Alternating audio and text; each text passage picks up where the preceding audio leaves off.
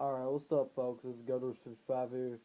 Just showing y'all some stuff, just a few stuff that I got from the Dore Jam 2013 up at the Vanderbilt football practice field, right by the McGugan Center, right off of Natchez Trace. And first I'll say it was from 3 to 5 p.m. yesterday, and it was the biggest Dore Jam ever, and it was also the first one that I've ever attended. They've had it since 2002.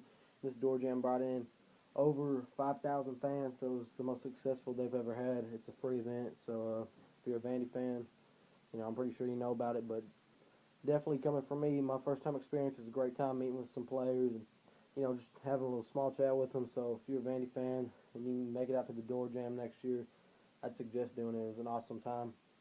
But I got a little poster right there, and then here's a poster with signatures. You can't really see the signatures that great. Would have been smarter if I would have gotten signatures on that, but I got my dad to take that poster and some other stuff to the car while I was getting signatures. And or he wanted to take it to the car, whichever. But there's some signatures right there. I got really not. I mean, you really can't read signatures that well. Even if it was on the white jerseys, you couldn't be able to read them that well because it's signatures. They're supposed to be fast and quick. But I got to meet the O-line, the whole O-line. Only guy I missed was center Joe Townsend. He's the only guy that didn't sign mine. He got up before I got to him. So I got the O-line, offensive lines, autographs. Got the specialists, the special teams. So I got Kerry Spears autograph and all the special team guys. And I got the running back. So I met Wesley Tate, got Brian Kimbrough to sign. And I'll tell you some funny stuff. It's kind of funny. I went up to Kerry Spear while I was in the special team stuff, while they were signing it. And I asked him how many field goal attempts does he usually line up for in just one season. He said 20, 25, and I said, "Are you gonna go 25 for 25?" He said, "That's the plan, but first you got to go one for one." So I thought it was pretty cool when I had a little conversation with him. Of course, he's up for is it the Lou Groza Award, the best kicker in college football that year? He's on the watch list for it. If it's not the Lou Groza Award, then I don't know, but I think that's what it is. But he's on the watch list for it coming into the season. Of course, that's preseason speculation, but I believe he'll do a great job. There's Kerry Spear right there. And then Wesley Tate was standing up. I went up to him. I said, "What's up, Wesley?" as he was signing my stuff. He was signing my poster, and he said, "Nothing much, man. What's up?" I said, "Nothing really," or whatever. I said, "I'm having a good time," or whatever. He said, "Cool," and he gave me a fist bump. Wesley Tate did, and I asked him if, jokingly, because Zach Stacy only got like a little over 1,100 yards last year. I asked Wesley Tate if he was going to go for 1,500 on the ground this season, and he laughed and said, "Yeah, you can say that, man." And so that's pretty cool. Of course, I think it's really up for grabs between Wesley Tate, Brian Kimbrough, and some other running back, but they'll probably just shuffle in and out.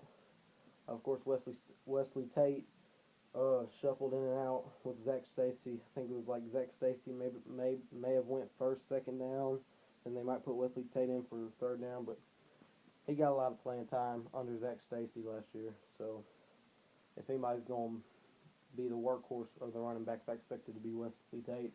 But first, when I got in the Dore Jam, it was about 10 minutes past 3 because it took some time to get in because the line was just so big just to get in. And I went straight to Coach Franklin's line, and it literally stretched probably about 80 yards, I don't know, 70 yards line. And I stood in line for a little over an hour, and there it is, folks. Signatures. Coach Franklin. These were the Coach Franklin fans right there because it was hot. It was very humid. We missed the rain, thankfully, so it was timed perfectly. But there's the Coach Franklin signatures.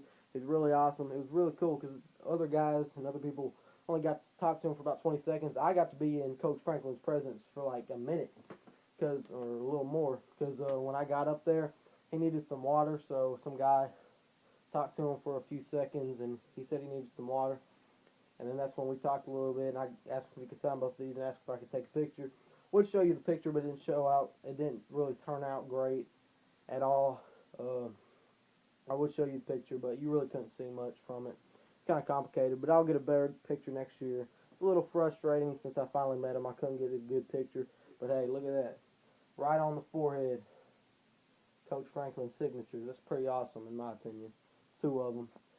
And yeah, that's about it.